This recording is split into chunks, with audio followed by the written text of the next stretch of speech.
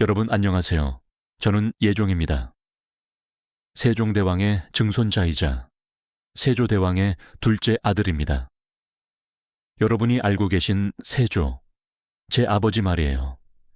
개 유정난으로 왕위에 오른 분, 조카 단종을 몰아낸 분, 그 아버지의 아들로 태어나 20살에 왕이 됐습니다. 그리고 왕위에 오르자마자 제가 한 첫 번째 일이 있습니다. 아버지가 가장 아끼던 내시 김처선을 죽인 것입니다. 오늘은 그 이야기를 들려드리겠습니다. 저는 1450년에 태어났습니다. 아버지 세조는 그때 수양대군이었죠. 저는 둘째 아들이었어요. 형이 있었습니다. 의경세자. 아버지의 첫째 아들이자 왕위 계승자였죠. 저는 그냥 둘째였어요. 왕위와는 상관없는 왕자. 그렇게 살 줄 알았습니다. 하지만 아무 17년 형이 갑자기 죽었습니다. 20살의 나이에. 병이었어요. 그렇게 저는 세자가 됐습니다. 원하지 않았지만 갑자기 왕위 계승자가 된 거죠. 그때부터 제 인생이 바뀌었습니다. 세자가 되고 나서 아버지 곁에 항상 있어야 했어요. 정사를 배워야 했으니까요. 아버지 옆에서 회의를 듣고 신하들과의 대화를 보고 왕이 되는 법을 배웠습니다. 그런데 말이죠. 아버지 옆에는 항상 한 사람이 더 있었어요. 바로 김처선입니다. 김처선, 내시였습니다. 환관이죠. 하지만 보통 내시가 아니었어요. 아버지 세조의 최측근이었습니다. 개유정난 때부터 함께했던 사람, 단종을 폐위시킬 때도 옆에 있었던 사람, 아버지가 왕이 되는 모든 과정을 함께한 사람이었죠. 처음에는 그냥 내시인 줄 알았어요. 아버지를 시중드는 사람. 하지만 곧 깨달았습니다. 이 사람은 그냥 내시가 아니었어요. 아버지는 김처선을 신하들보다 더 믿었습니다. 중요한 결정을 할 때 신하들과 상의하기 전에 김처선과 먼저 얘기했어요. 처선아, 네 생각은 어떠냐? 그렇게 물으셨습니다. 신하들도 김처선을 무서워했어요. 왕에게 뭔가 아뢰고 싶으면 김처선에게 먼저 뇌물을 바쳤습니다. 김처선이 왕 귀에 좋은 말을 넣어주길 바라면서요. 김처선이 싫다고 하면 왕도 거부했어요. 김처선이 좋다고 하면 왕도 허락했습니다. 그 정도로 김처선의 권력은 엄청났어요. 저는 세자였습니다. 왕위 계승자였죠. 하지만 아버지는 저보다 김처선과 더 많은 시간을 보냈어요. 저와 대화할 때는 형식적이었습니다. 세자는 이렇게 해야 한다. 왕은 이래야 한다. 그런 가르침뿐이었어요. 감정이 없었습니다. 차갑게 느껴졌죠. 하지만 김처선과는 달랐어요. 편하게 대화했습니다. 웃기도 하고 농담도 하고 때로는 술을 함께 마시기도 했어요. 처선아, 오늘 힘들었지? 아닙니다, 마마. 마마께서 더 힘드셨습니다. 그런 대화를 나눴어요. 저는 그걸 옆에서 지켜봤습니다. 질투했습니다. 솔직히 말씀드릴게요. 저는 김처선이 싫었어요. 아니, 미워했습니다. 저 사람은 내시잖아요. 사람도 아니잖아요. 근데 왜 아버지는 저 사람만 믿으세요? 그렇게 생각했어요. 저는 아들인데, 왕위 계승자인데, 왜 저보다 내시를 더 아끼세요? 어느 날 아버지께 여쭈어봤습니다. 아버님, 김처선을 왜 그렇게 아끼십니까? 아버지는 잠시 생각하시더니 대답하셨어요. 처선이는 나를 배신하지 않는다. 권력을 원하지 않는다. 그냥 나를 모실 뿐이다. 신하들은 다 욕심이 있지만 처선이는 없다. 그래서 믿는다. 그 말을 듣고 더 화가 났어요. 저는요, 저도 아버지를 배신하지 않는데요. 저도 아버지를 모시는데요. 근데 왜 저는 안 믿으세요?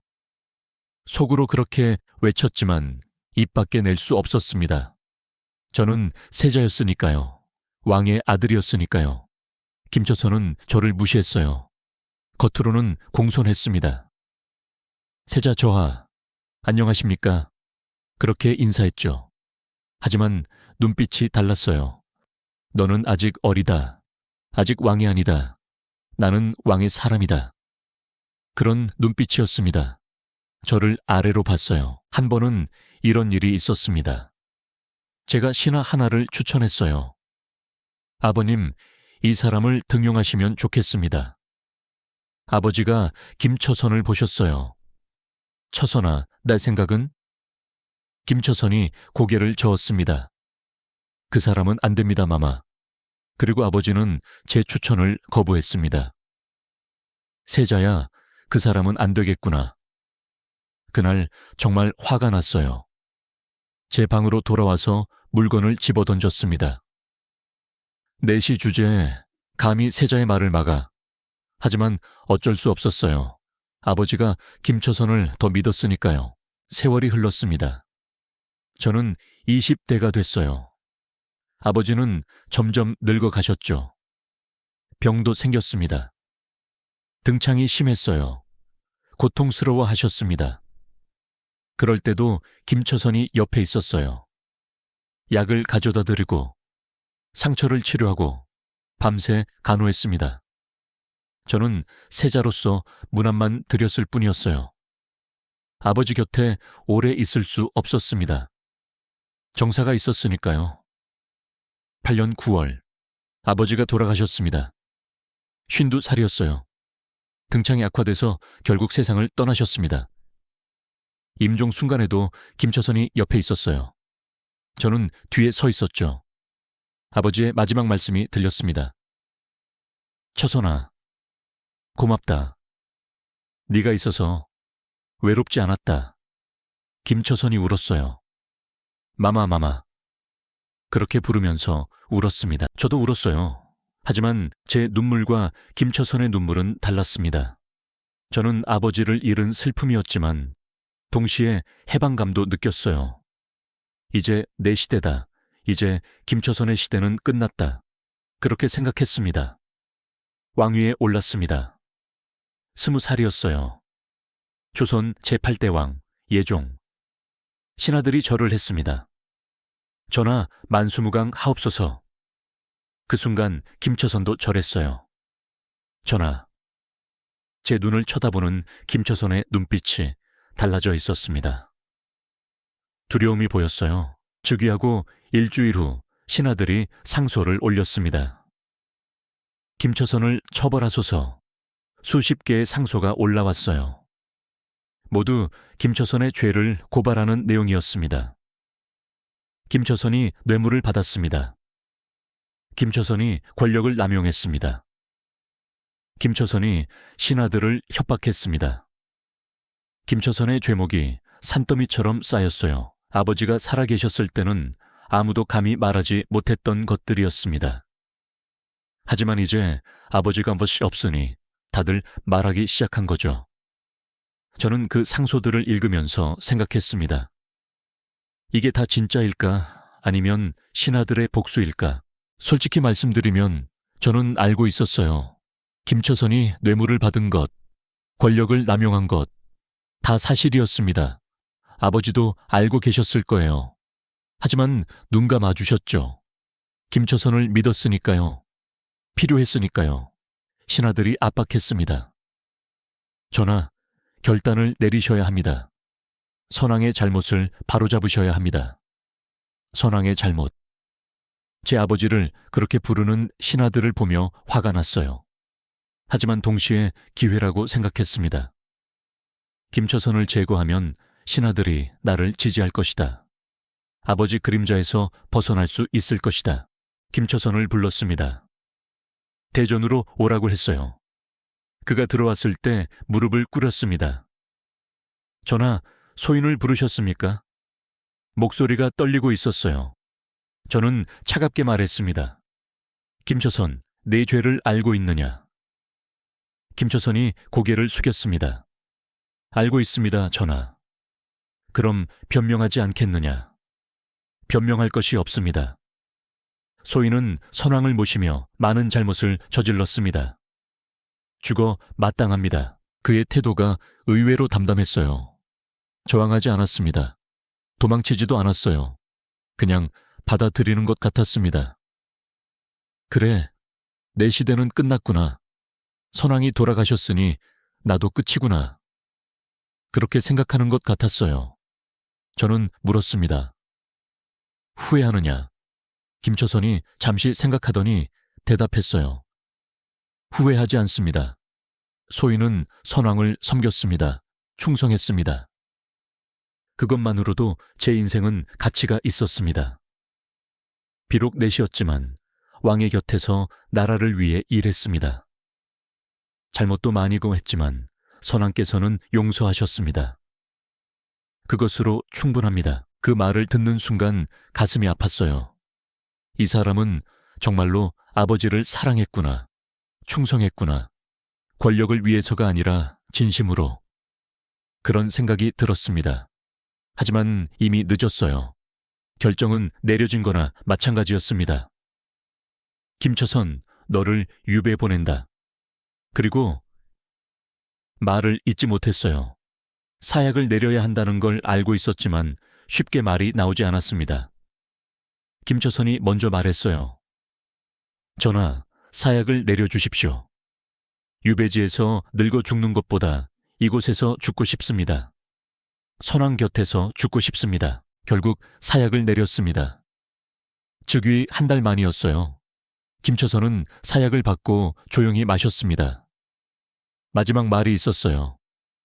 전하, 훌륭한 왕이 되십시오.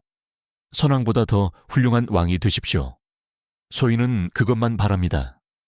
그리고 죽었습니다. 신하들은 환호했어요. 성군이십니다. 잘못을 바로잡으셨습니다.